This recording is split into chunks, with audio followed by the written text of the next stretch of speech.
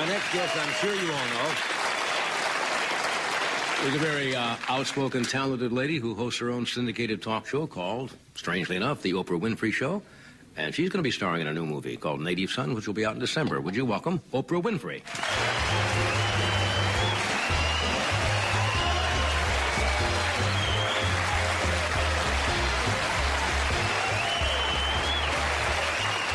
Well, good to see you.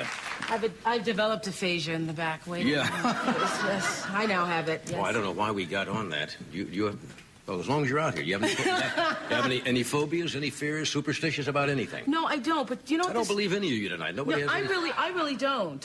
Because I'm like Alan. I believe that you're self-determined and you can be whatever it is you want to be. But I remember doing a show. This is the worst when you're on the air and you die on the air sometimes. Has that ever happened to you? Yeah. Okay. So I was doing a show. This is before we went national, and the guy claimed to have a 5-minute phobia cure. And we had all these people in the audience who were afraid of different things. They're afraid of animals and different things. And he had the animals there, and in 5 minutes they were going to be cured. Half hour into the show, nobody's cured. He'd like slap you against the head and you're supposed to be cured. Yeah, didn't work. Nothing happened. Died a slow death. Yeah. People who have phobias, and I'm not putting them down, are well-grounded. They actually have those fears. Yeah, that's true. I have a reoccurring dream, and I'll bet most of you have had it, being all entertainers. At night, you are appearing in a play. Yes! Or you're something, and you cannot remember what you are going to say when you walk out. Yeah, that's a classic actor's dream. And you cannot, and you're ready to go on, and all the other actors are there, and you say, what am I going to say? That happens to you. It is frightening. You know when that happens to you? When you're like away from home or when things are going on in your life that make you feel very uncertain. And the more certain you get, this happened to me once, and the more certain you get, the better the dream gets. Because I dreamed this when I was away from home and not knowing anybody, and I couldn't find the lines, and I didn't know the lines. By the time I got home, I was singing with Stevie Wonder in my dreams. See, I knew the lines, I could sing, I could do everything. That's strange. Yeah. Do you have you ever nightmares? No, really. The biggest nightmare I had was, oh, God, it was the worst. The last time I was out here was for Oscars. You were up for an Academy Award for The Color Purple. Don't say Purple Rain. I thought you said Purple Rain. The Color Purple. Yeah. And you didn't get it? No. How did you feel? Well, of course you didn't feel good, naturally. Actually... What a dumb question that is. How did you feel when a car went into your window? You know what? I was like more disappointed that the movie didn't win anything. Wow. I was relieved that I did not. And people don't believe me, but what happened was I had this special dress made for the Oscars because the Oscars is the biggest prom night of your life. Yes, it's the biggest prom night. It's the greatest bat mitzvah you ever had. It's the wedding I ever had. So I had this dress made by a wonderful designer who's very famous for doing gowns for Hollywood. So I thought very reputable. And I came out here, was at the Beverly Wilshire Hotel, and the Sunday before the Monday of the Oscars, tried on the gown. My best friend was here.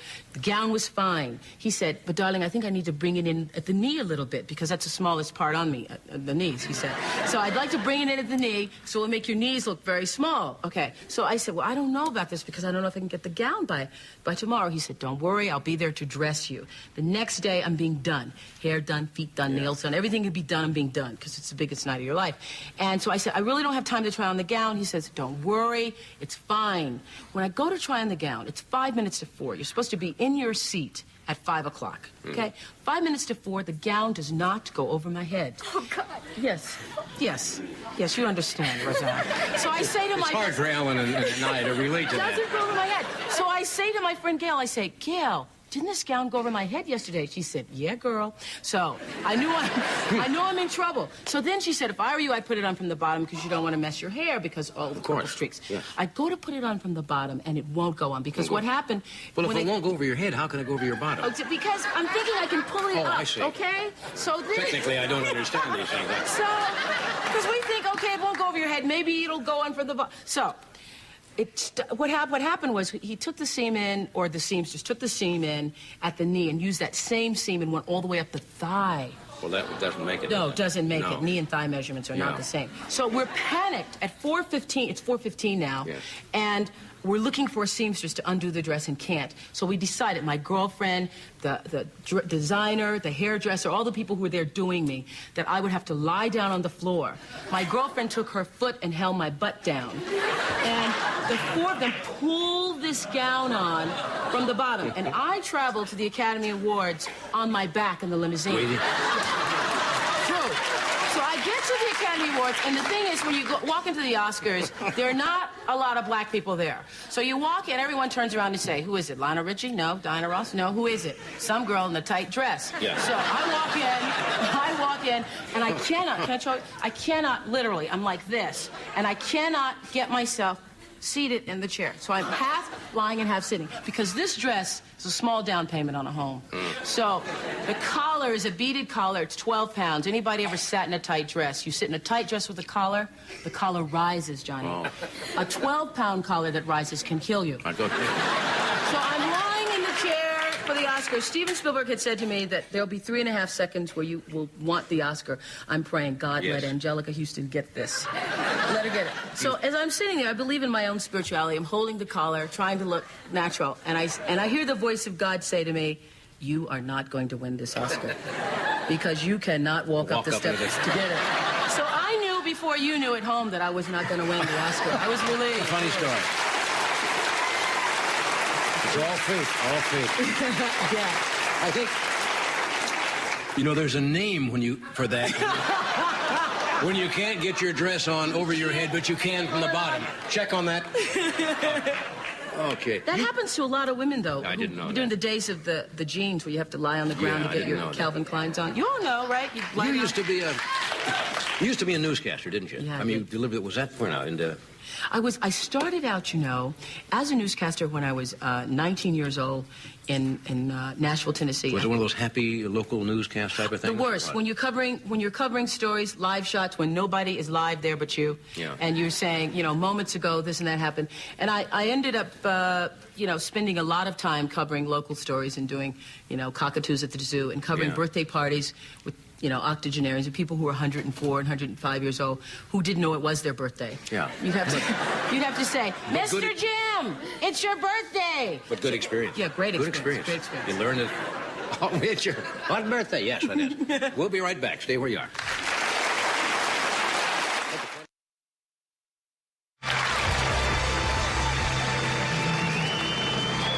All right, here's an update. Okay. We have an update. Our staff has diligently been on trying to find out the meaning of these words. We still don't know what the word is where you change the letters within a word, but we found out what your fear is. A fear of fear is phobophobia, marked by the fear of one's own fear. There you are. There'll be film at 11. I was afraid of that. I feel better now. Don't you, though? Mm-hmm. This has got to, you know, I want people when they tune in, maybe they think it's PBS. To know. You know, people lie when you ask them what shows you watch. And people always say they watch PBS because they want to sound intelligent. Yeah, you know? that's but true. I know you're not watching. You go out, and if they take a survey, you'll ask people on the street, what do you think is wrong with television? Well, it needs more good drama. It needs more news in depth, great opera and so forth, and they're watching Gilligan's Island. It's very, very true. Oh, I love Andy Griffith, the old Andy Griffith. You watched well, you grew up when they originally were playing, right? You were that, Yeah. that age? Yeah, and my kids in high school used to call me Opie. So Opie Taylor, Opie, you know, Oprah, Yeah. Opie. It's a funny thing. I got off the plane the other day, and it's interesting because, you know, once you get to be somewhat successful, then people recognize you, and it's all fun. And so you think, enjoy that? Oh, I really do. What I've realized, though, is that I don't get treated like Diana Ross. No, because I think the great thing about our show is that people feel like I'm one of them. So got off a plane the other day in Washington, D.C., and a man came up to me and said, Wintry, put your name on here. And I said, does that mean you want an autograph, sir? Wintry, where's your pen? So I said, well, sir, I don't have a pen. He said, stay right here. I'm going to get a pen. So I thought to myself. This a black fellow, was it?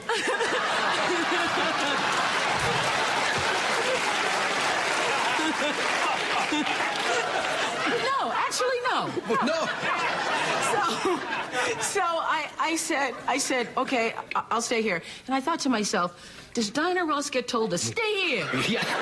I'm going to get a pen. So it's fun, though. It's fun. It's like when people say they have a picture, and then they say, you have a camera or a flashbulb with you or something like that? Oh, yeah. Did you enjoy your childhood? Was it a happy childhood? For the most part, yes. I was really precocious. Now I look back on it and I say, oh, yeah, I gave my mother hell. Can you say Really? that? Sure. Yeah, I gave my mother hell. And God bless her because she tolerated me until she couldn't and then sent me to live with my father. We'll be right back. Stay where you are.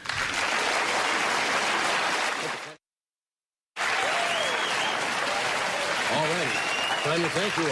Your picture, Native Son, is coming out Son's soon. coming out. I'm excited about it. Native Son, I wish you well with it. Thank you. Thank you. That and Nobody's Fool is playing, as they say around the country. Good night.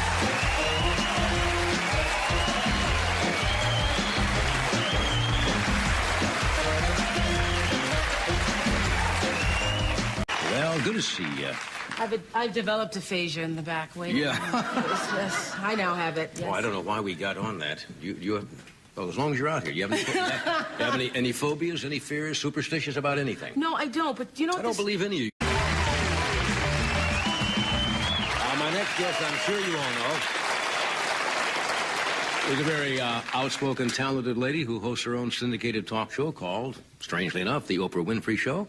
And she's going to be starring in a new movie. I was doing a show, this is before we went national, and the guy claimed to have a 5-minute phobia cure. And we had all these people in the audience who were afraid of different things. They're afraid of animals and different things. And he had the animals there, and in 5 minutes they were going to be cured. Half hour into the show. A movie called Native Son, which will be out in December. Would you welcome Oprah Winfrey?